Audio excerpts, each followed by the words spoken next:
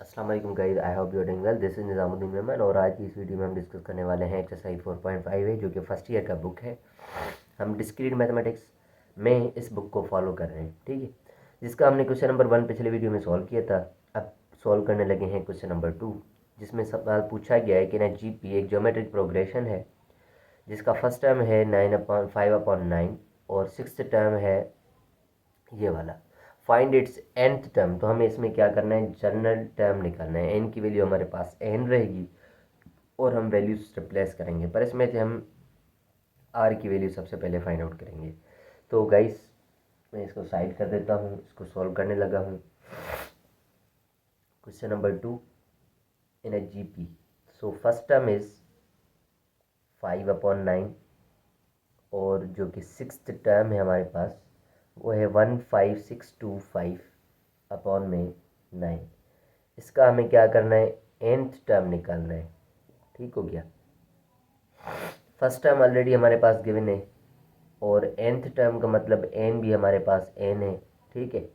अब r का value निकालने के लिए हमें क्या चाहिए, थोड़ा सा a6। सबसे पहले हम क्या कर रहे हैं, a6 लिखते हैं। a6 हमारा किसके बराबर है, या पहले मैं जनरल फार्मूला लिखता हूँ। an बराबर होता है हमारा ar⁻n-1 के, और हमारे पास a6 n की जगह तो हमें 6 लिखना पड़ेगा, ठीक है। और a जो है हमारे पास है 5/9, ठीक है। और r हमें मालूम नहीं है तो इसकी जगह सेम, और n की जगह मैं लिखूँगा 6-1। क्योंकि ये a6 मिला हुआ है तो हम सिक्स्थ टर्म फाइंड करना चाह रहे हैं, इस वजह से कि ये वाला वैल्यू तो a6 की जगह मैं यहाँ पर रखूँगा, तो यहाँ पर जो अननोन रह गया उसकी वैल्यू मुझे मिल जाएगी, मतलब r की वैल्यू जो है वो मुझे आसानी से मिल जाएगी। मैंने इस फार्मूला में जस्ट रिप्लेस किया है, n की जगह 6, a की जगह ये, और r का वैल्यू में मालूम नहीं है तो वो मैंने सेम रखा है, ठीक है। यहाँ पर a1 लिखें या a लिखें फ़र्क नहीं पड़ता, ठीक है। तो a6 किसके बराबर है, 15625 अपॉन में 9, और यहाँ पर 5/9 जो है वो इससे मल्टीप्लाइड है। अगर मैं यहाँ पर ले आऊँ तो ये क्या होगा, डिवाइड में आ जाएगा। तो 9 जो है डिवाइड में यूँ समझो तो यहाँ पर मल्टीप्लाई, और 5 मल्टीप्लाइड है यहाँ पर आएगा तो डिवाइड में, मतलब उल्टा हो जाएगा, फ्लिप हो जाएगा। यहाँ पर 5/9 है, यहाँ पर 9/5 हो जाएगा। इसी तरीके से ये r 6 में से बन गया तो यहाँ पर 5, ये 9 इस 9 से कैंसिल आउट। 5 1 ज़ा 5, 5 3 ज़ा 15, 5 1 ज़ा 5, यहाँ से 1 बचा, 5 2 ज़ा 10, यहाँ से 2 बचा, तो 5 5 ज़ा 25। तो ये हमारे पास आ रहा है 3125 इज इक्वल्स टू r⁻5। अब बेसिकली यहाँ पर हम क्या करेंगे कि इसको होल पावर 5 में क्लोज करना है, ये होल पावर 5 में क्लोज करना है। तो हम करने लगे हैं 3125 के फैक्टर्स निकालेंगे। 5 की टेबल लग रही है, 5 time 6 is 30, 5 time 2 is 10, 5 time 5 is 25, 5 time 1 is 5, यहाँ पर 1, 5 time 2 is 10, 5 time 5 is 25, 5 time 25 is 125, 5 time 5 is 25, 5 time 1 is 5। तो 1 2 3 4 5, तो 3125 के फैक्टर्स आ गए, मतलब मैं लिखूँगा 5 power 5 whole power r⁻5 is equals whole power is equals to r⁻5, sorry. तो जब भी सेम ये जो नंबर्स आते हैं उसको हम पावर वाले इंडेक्स वाले फॉर्म में हम क्लोज कर सकते हैं। ये इंडेक्स वाला फॉर्म है, ठीक है। और अगर 5/5 सॉल्व करेंगे तो ये वापस 3125 आ जाएगा। अब जब भी बेसिस सेम हो और बीच में इक्वल सिंबल हो तो पावर्स क्या होते हैं, कैंसिल आउट हो जाते हैं। तो यहाँ पर हमें r की वैल्यू मिल गई है 5। अब हमें फार्मूला लगा के nth टर्म मालूम करना है। a1 हमारे पास है, n का वैल्यू n है, r का वैल्यू 5 है, तो इस फार्मूला में जस्ट आप रिप्लेस करेंगे। So a n is equals to a की जगह a1 की जगह मतलब 5/9, और r की जगह हमारे पास 5, ठीक है। उसके बाद पावर में n-1 हमारा सेम रहेगा। So a n is equals to, यहाँ पर थोड़ी सिंप्लीफिकेशन करते हैं, ये 5/9 है, इस 5 का पावर 1 है, इस 5 का पावर n-1 है। तो 5 में क्या कर रहा हूँ, एक बार लिख रहा हूँ, ये n 9 हमारा नीचे सेम, तो ये 1 जो हो गया, बेसिस जब सेम हो बीच में मल्टीप्लाई, यूँ समझो ब्रैकेट्स का मतलब है मल्टीप्लाई, तो पावर्स हमारे ऐड हो जाएंगे, तो 1 + n-1 होगा, -1 + 1 कैंसिल आउट हो गया, तो हमारे पास an बच रहा है 5 पावर n/9। ये हमारा जर्नल टर्म है, nth टर्म है। इसमें जो भी वैल्यू हम रिप्लेस करेंगे वो टर्म हमें मिलता जाएगा। अगर हम इसकी जगह n की जगह 1 रखेंगे तो हमें 5/9 मिलेगा।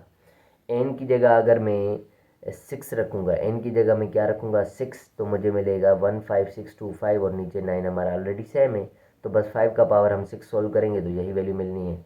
तो इस तरीके से ये हमारा जो है वो जनरल टर्म है, जो भी इससे टर्म हम निकालना चाहें वो आसानी से हम निकाल सकते हैं। सो ये क्वेश्चन नंबर 2 था। नेक्स्ट क्वेश्चन देखते हैं, इसका आखिरी क्वेश्चन है, बस वो भी मैं इसी में ख़त्म करवाने लगा हूँ। How many terms in a GP, question number 6 है। मैं इसको थोड़ा सा इरेज कर देता हूँ।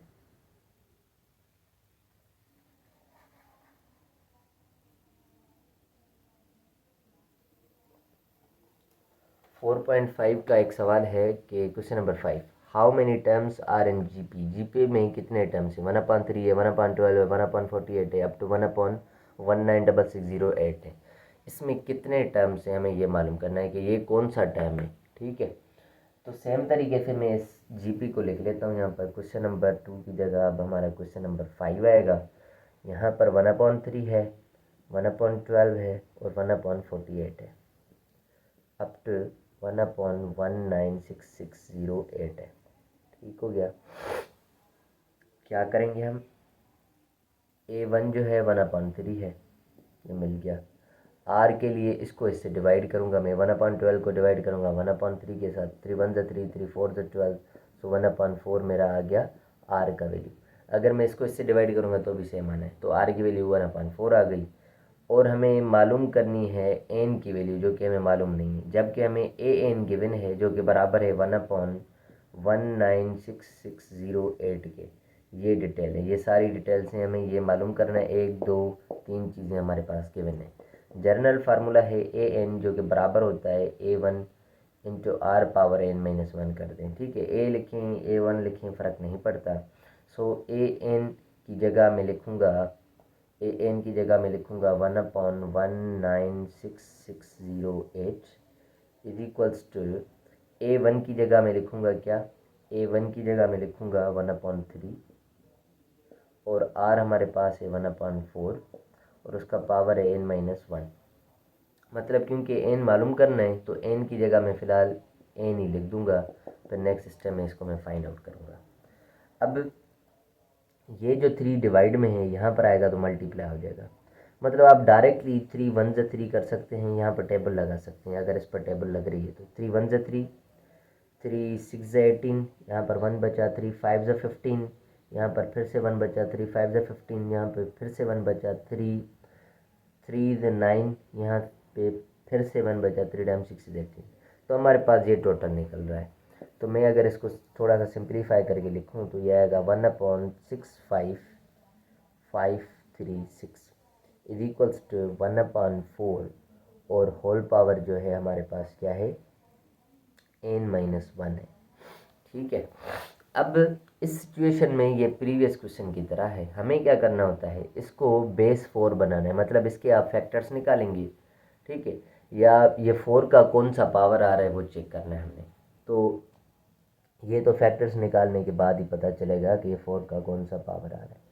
65536, क्योंकि मुझे 4 का पावर बनाना है तो मैं इसको डायरेक्टली 4 से भी डिवाइड कर सकता हूँ, ताकि मुझे आसानी से मालूम हो जाए कि इसमें कितने 4 आएंगे। ठीक है ना, वैसे तो इसको 2 की टेबल भी लग रही है, पर हमें 4 का पावर चाहिए तो मैं 4 से भी डिवाइड कर सकता हूँ, आसान हो जाएगा। ठीक है, 4 टाइम 1 इज़ 4, तो यहाँ पे बचा 2, 4 टाइम 6 इज़ 24, यहाँ से बचा 1, 4 टाइम 3 इज़ 12, यहाँ से बचा 3, 4 टाइम 8 इज़ 32, यहाँ से बचा 1, 4 टाइम 4 इज़ 16।